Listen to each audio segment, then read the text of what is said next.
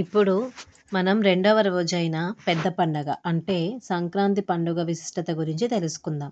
సంక్రాంతి అంటే కొత్త వెలుగులు. ముఖ్యంగా సంక్రాంతి రోజున గాలిపటాలు వేడుక నిర్వహించడం అనేది విధి. ఇక ఈ పండుగను పూర్వం మన పెద్దలు దాదాపు 33 రోజుల పాటు ఘనంగా జరుపుకునేవారు. కానీ మారుతున్న కాలానికి అనుగుణంగా ప్రస్తుతం ఈ పండుగను 3 రోజుల పాటు మాత్రమే నిర్వహించుకుంటున్నారు. అయితే భగీరథుడు గంగను భూలోకానికి తీసుకొచ్చి సాగరులకు శాప విమోచనం చేయించింది ఈ రోజే అని శాస్త్రాలు చెబుతున్నాయి. ఇక సంక్రాంతికి నెల రోజుల ముందు నుండే పండుగ వాతావరణం కనిపిస్తుంది. మకర సంక్రమణం అంటే పాత పోయి కొత్తదనానికి స్వాగతం పలికే రోజు అని అర్థం. ఈ పర్వదినాల్లో విష్ణుమూర్తిని ఆరాధిస్తాము. సంక్రాంతి పండుగకు పంట కోతలు అయిపోయి ధాన్యం ఇంటికి వస్తుంది. దీంతో పొలాల్లో ఉండే కీటకాలు ఇంట్లోకి రాకుండా వాకిళ్లలో కల్లాపులు చల్లుతారు. ఆ తర్వాత ముగ్గులు వేసి అందులో రకరకాల రంగులు నింపి వాటి మధ్యలో ఆవు పేడతో చేసిన గొబ్బెమ్మలను పెడతారు. ఇక శ్రీమన్నారాయణ ప్రత్యక్ష రూపం సూర్యభగవానుడు.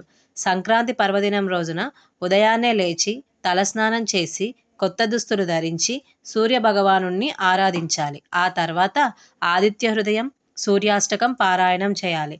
ఇక ఇంట్లో ఉండే పెద్దవాళ్ళ ఆశీర్వాదం తీసుకోవాలి. ఈరోజు సూర్యుడు సంక్రమణ జరిగే సమయంలో సత్యనారాయణ వ్రతం, సూర్యనారాయణ స్వామి వ్రతం చేస్తే పుణ్యం వస్తుందని చెబుతూ ఉంటారు. అలాగే ఉదయం 7:30 నుంచి 9 గంటల సమయంలో ఈ వ్రతాలను చేయడం వలన అన్ని శుభాలు కలిగి భక్తుల కోరికలు నెరవేరుతాయని తెలిపారు. సంక్రాంతి రోజున మన పూర్వీకులను పూజించడం ఆనవాయితీ.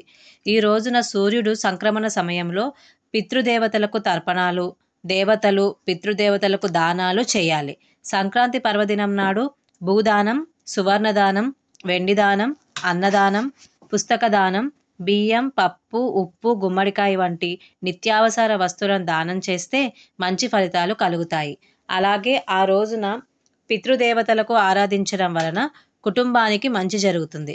సంవత్సరంలో ప్రతి రవి సంక్రమణానికి పితృదేవతలకు తర్పణాలు చేయలేని వారు మకర సంక్రాంతి రోజున నల్ల నువ్వులతో పితృదేవతలకు తర్పణాలిస్తే సంవత్సరంలో వచ్చే అన్ని సంక్రాంతులకు ఇచ్చినట్టేనని మన పూర్వీకులు చెబుతూ ఉంటారు.